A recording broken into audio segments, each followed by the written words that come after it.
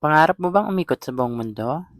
Ito ang isang trabaho kung saan pumapasyal ka sa ibang bansa habang ikaw ay nasa trabaho. Tara, samahan niyo akong ikutin. Lakbayin natin ang buong mundo, kumain ng iba't ibang pagkain, kilalanin ang bawat kultura ng iba't ibang bansa.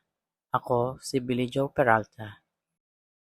So, ayan, ready na tayo to work.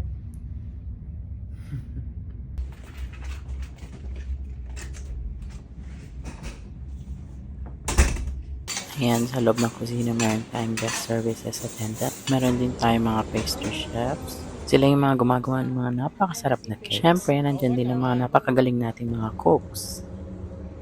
Ang buhay ng mga marino ay hindi madali. Kung araw ka nagtatrabaho, at kung di ka pagod ay pwede kang lumabas. So for today's video, tayo ay papasyal, kaya nagmamadali ang inyong lingkod.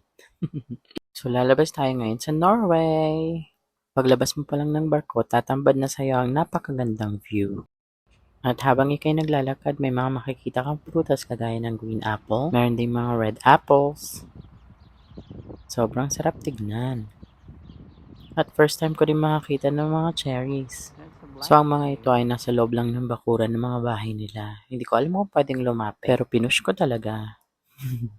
Ayan, at hinawakan ko pa. Sobrang nakakatuwa kapag ikay nakakita ng mga ganyang prutas. So habang naglalakad ka, yan ang tatambad sa iyong view. Nakakatawang isipin na ang dati mong nilalakaran ay ang kalye ng Pilipinas. Ngayon ay Europa nang narating mo. Masarap sa pakiramdam na lumabas ka pagkatapos ng pagod na trabaho. Kahirap ng pinagdadaanan mo. Pag lumabas ka at ganito ang tanawin, parang nawala lahat ng pagod mo.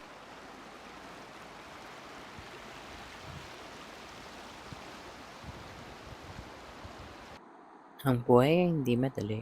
May mga problema kang pagdadaanan, may mga sakripisyo kang titiisin, pero lahat ng hirap na ito ay masusiklian ng ngiti at ligaya. Maaaring naghihirap ka ngayon, pero bukas sa makalawa, hindi mo alam ang layo na nang narating mo. Sipag lang at tiyaga, ekay magtatagumpay din.